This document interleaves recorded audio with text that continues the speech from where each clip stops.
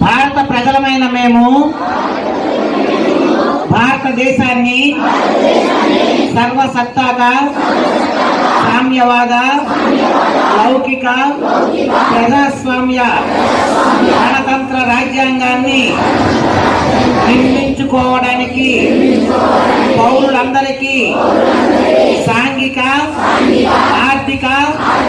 రాజకీయ న్యాయాన్ని ఆలోచన భావ ప్రకటన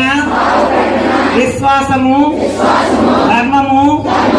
ఆధారాలతో స్వాతంత్ర్యాన్ని అంతస్తుల్లోనూ అవకాశాల్లోనూ సమానత్వాన్ని చేకూర్చడానికి వారందరిలో